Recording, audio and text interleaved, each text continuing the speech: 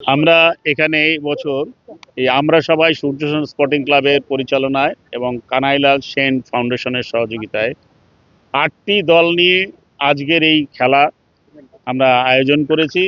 এই খেলার পিছনে বিশেষ আমাদের উদ্দেশ্য ছিল যে এই যে বয়স্ক মানুষ যাদের খেলার ইচ্ছা আছে কিন্তু তারা বিভিন্ন বড় বড় দলে তারা সুযোগ পান না, কিন্তু মনের মধ্যে সেই বাসনাটা রয়েই যায়।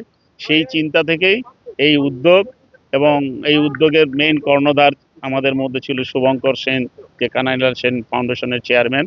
তার উদ্যোগেই মেইনলি আমরা এটা চিন্তা ভাবনা করেছি। আজকের প্রথম খেলা এখানে আছে আমরা সবাই Surya Sen sporting club versus blazing stars. এছাড়াও রয়েছে টিচার্স অ্যাসোসিয়েশনের টিম, বার অ্যাসোসিয়েশন, বিভিন্ন সংস্থাকে এবং RTO office, teachers association Jalpaiguri, মানে আরও অনেক টিম এই যখন শুনলো যে এই ধরনের একটা খেলা হবে, তারা মানে এই কমিশনার থেকে বিভিন্ন জায়গা থেকে ফোন আসতে শুরু করলো, তারাও এই খেলায় অংশগ্রহণ করে। আমরা বুঝতে পারি নাই যে এই খেলাটা এত বড় আকার নিয়ে নিবে। আমরা মাত্র 4টা টিমকে নিয়ে একদিনের খেলার আয়োজন করেছিলাম, সেখানে 8টা টিম হয়ে গেল। আমরা আশা করব যদি এইভাবে চলতে থাকে, মানে এই যা উৎসাহ পেলাম, আগামী দিনে আমাদের এই বাল্মীকি মাঠ, যেটা আমরা সবাই সূর্যসেন স্পোর্টিং ক্লাবের মাঠে আমরা একটা বিরাটভাবে, যেটা একটু আগে ডেপুটি মেয়র বলে গেল, আমাদের এখানে এই এলাকায় অনেক অনুষ্ঠান হয়, আমরা সেদিকে ধ্যান রাখবো যাতে মাঠটা যত্নে থাকে। আমরা খেলাধুলার মধ্যে আবার ফিরে আসতে চাচ্ছি। স্পোর্টিং এবং কানাইলাল সেন ফাউন্ডেশন তার উদ্যোগে আজকে দুদিনের টি20 ম্যাচ এখানে শুরু হলো। আজকে এখানকার কাউন্সিলর, এখানকার ক্লাবের সভাপতি, স্কুলের হেডমাস্টার মশাই এবং কানাইলাল সেন ফাউন্ডেশনের শুভঙ্কর সবাই মিলেই এখানে একটা সুন্দর প্রতিযোগিতামূলক খেলার আজকে শুরু হলো। আগামীকাল চলবে, ফাইনাল হবে আগামীকাল। তো এই মাঠটা খেলার জন্য অত্যন্ত উপযোগী মাঠ।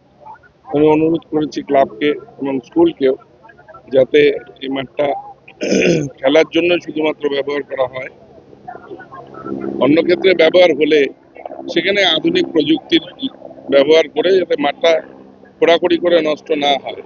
কয়েকদিন আগে এখানে একটা অনুষ্ঠান হয়েছে, তার যা অবস্থা হয়ে আছে, প্লেয়ারদের অনেকেই অভিযোগ করছে যে তারা খেলাধুলো করতে অসুবিধা হচ্ছে বাচ্চাদের বিশেষ করে।